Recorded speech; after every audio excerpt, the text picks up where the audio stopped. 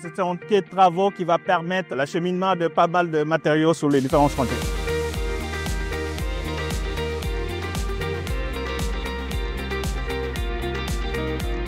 Avant de construire le canal Seine-Nord-Europe, plusieurs travaux sont nécessaires pour préparer le terrain, pour organiser les circulations autour du chantier.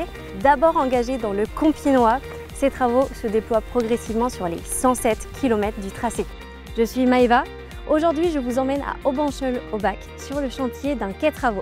Nous allons rencontrer Myriam et Raïm qui vont tout nous expliquer. Suivez-moi.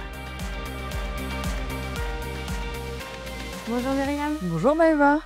Alors où sommes-nous aujourd'hui? Nous sommes à Aubancheul-au-Bac, dans le nord, à l'extrémité nord du canal Seine-Nord-Europe, à la rencontre du canal de la Sensée et du canal Escaut, plus précisément sur un chantier de quai travaux. C'est quoi un quai travaux?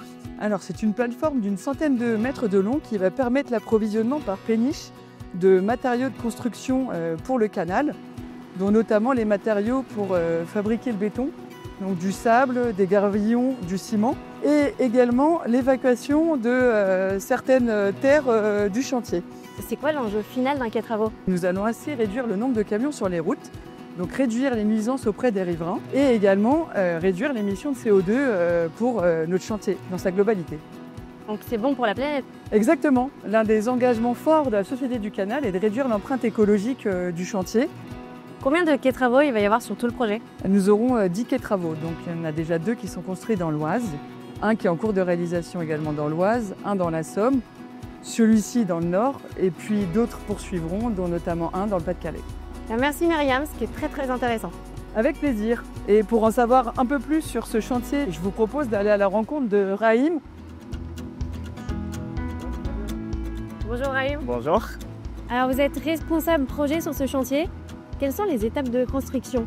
D'abord, il y a une première phase de terrassement et puis de gestion hydraulique sur le chantier. Ensuite, il y a eu la mise en place des pales-planches. Ok, ça sert à quoi? Les pales-planches servent à soutenir le terrain quand on va excaver pour le futur quai. C'est très profond? Oui, les pales-planches descendent entre 10 et 12 mètres. Et puis ensuite, il y a l'étape de renforcement de sol par des inclusions rigides. C'est des colonnes de béton qu'on réalise dans le sol. Et ensuite, il y aura une dernière étape de remblaiement et puis de mise en place des tirants définitifs. Ça va ressembler à quoi d'ici quelques mois?